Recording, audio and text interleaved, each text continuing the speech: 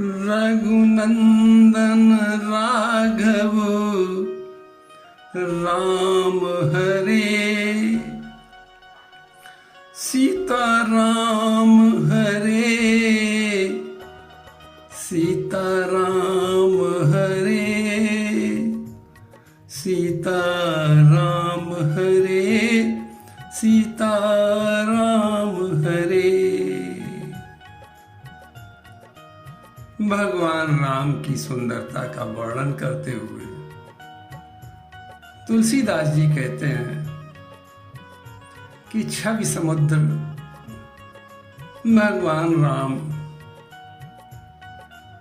अब कुछ बड़े हो गए, इसलिए वे अपने सखाओं के साथ बाहर खेल रहे हैं। बालकों के साथ खेलते हुए प्रभु बड़े ही सुंदर लग रहे हैं। भगवान तो वैसे ही बहुत सुंदर है, और फिर माता कौशल्या ने उन्हें सुंदर सुंदर वस्त्र पहनाए, बड़े सुंदर आभूषण पहनाए। इससे उनकी सुंदरता और बढ़ गई। इस सुंदरता का वर्णन करते हुए तुलसीदास जी कहते हैं कि नाम ललित लीला ललित, ललित रूप रघुनाथ। नाम ललित, नाम बहुत सुंदर है और लीला भी बहुत सुंदर है। नाम ललित लीला ललित, ललित रूप रघुनाथ। ललित भसन भूषण ललित, ललित अनुज शिशु साथ। ललित अनुज शिशु साथ। भगवान का नाम बहुत सुंदर है, उनकी लीलाएं सुंदर हैं, रूप तो बहुत सुंदर है, मनमोहक रूप है, और आभूषण सुंदर सुंदर पहने हुए, वस्त्र सुंदर है, सब सुंदर है। मानो सुंदरता ही स्वयं उनके श्रीअंग में विराजमान हो गई है। ऐसे छवि समुद्र गहनों से सजे हुए राम जी अपने मित्रों के साथ खेल रहे हैं।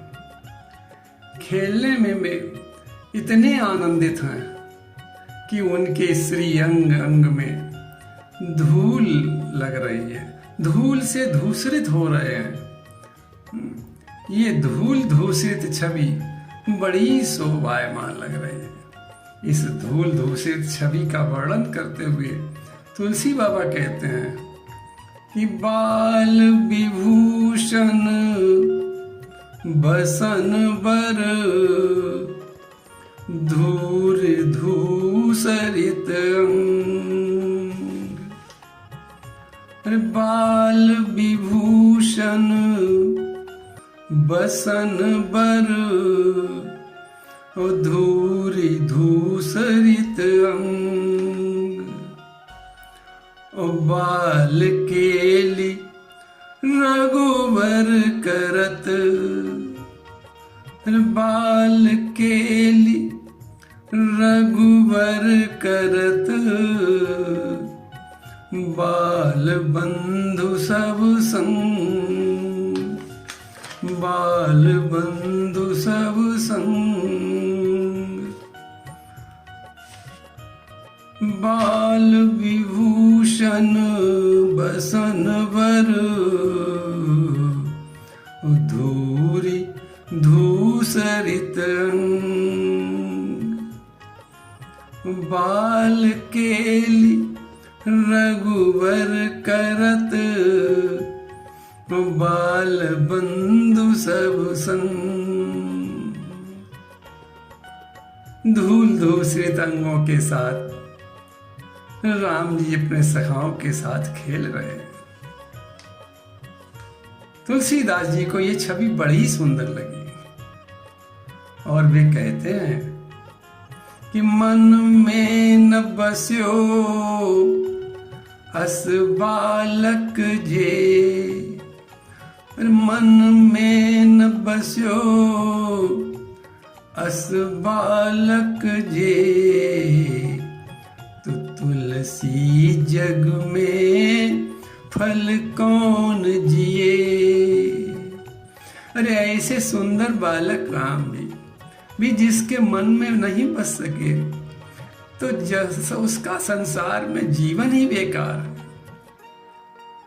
मन में न बस्यो अस बालक जे, तो तुलसी जग में फल कौन जिए, फल कौन जिए।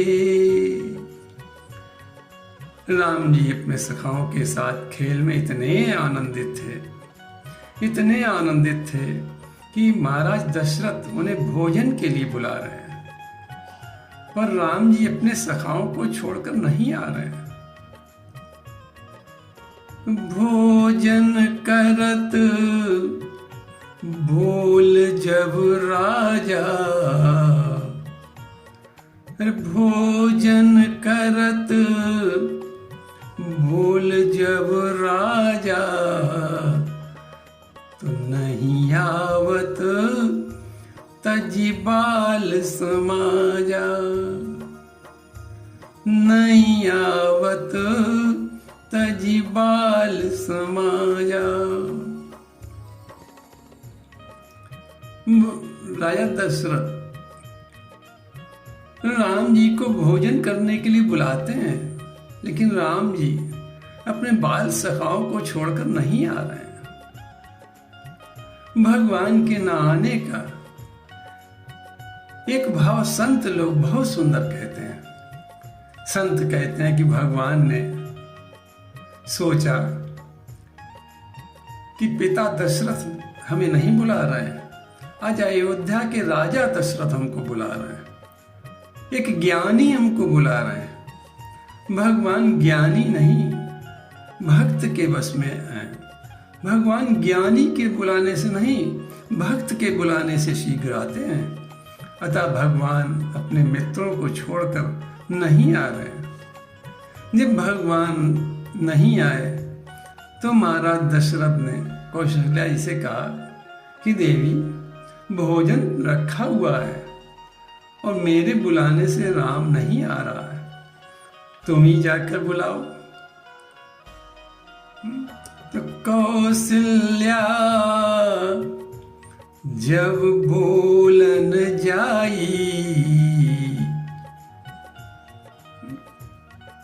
आज महारानी नहीं बुलाने जा रही, अयोध्या की महारानी नहीं बुलाने जा रही, माता जा रही बुलाने, माता कौशल्या बुलाने जा रही। कौशल्या जब बोलन जाई, माता कौशल्या जब राम जी को बुलाने गईं तो राम जी ने देखा कि माता जो भक्ति से परिपूर्ण है वे हमको बुला रही हैं। तो ठुमुक ठुमुक प्रभु चलई पराई,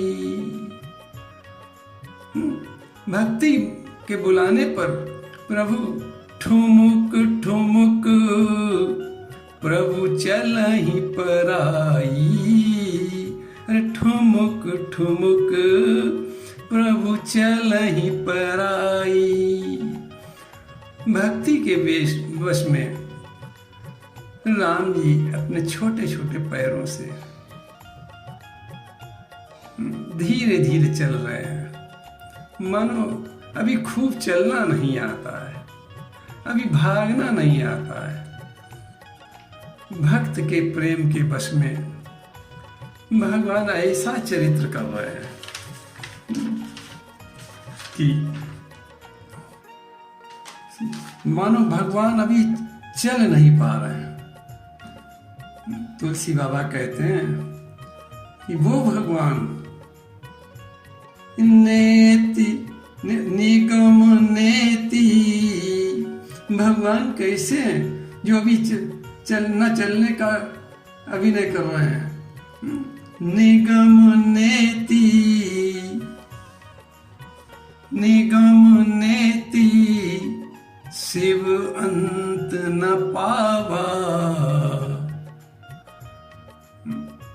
जिन शिव जी का अंत ब्रह्मा जी भी नहीं जान सकते हैं, वे शिव जी भी अभी राम जी की महिमा का अंत नहीं पा सके, तो बताओ दूसरा कैसे पा पाएगा। पर उसी राम को माता कैसे बुलाती है। निगम नेति शिव अंत न पावा, ताहि धरे जननी हट धावा। माता कैसे बुलाती है, माता कैसे बुला के लाती है कि ताहि धरे जननी हट धावा। उसी राम को जिसे वेद नहीं समझ सकता, जैसे शिव जी नहीं पूरी तरीके से जान सकते हैं, उस परमात्मा राम को कौन पकड़ के लाता है।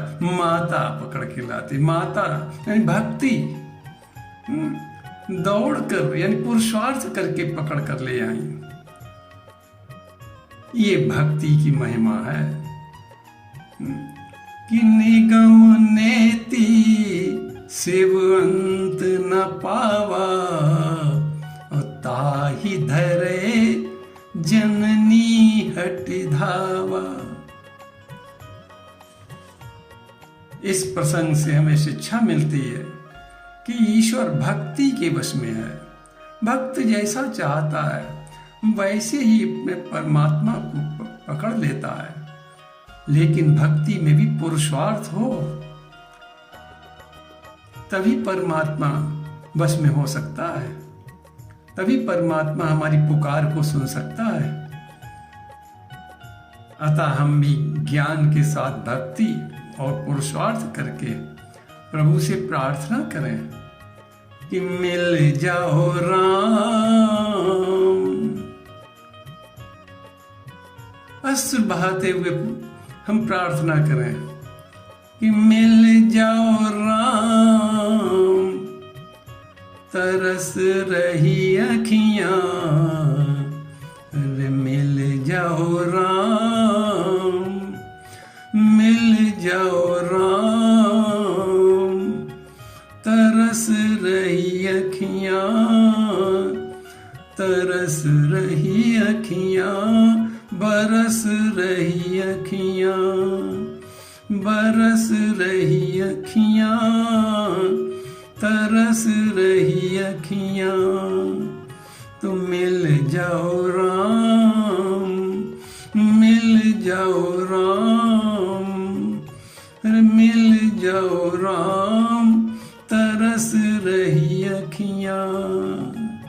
ऐसी प्रार्थना करें, परमात्मा निश्चित ही हमारी पुकार को सुनेगा और हमारी मन की इच्छाओं की पूर्ति करेगा। बस इन्हीं शब्दों के साथ ये प्रसंग विश्राम होता है। प्रभु के चरणन में सदा पुण्य पुण्य करूं प्रणाम, यही कहूं भूलूं नहीं मेरे प्रियतम राम। मधुर मधुर नाम सीताराम सीताराम, मधुर मधुर नाम सीताराम सीताराम।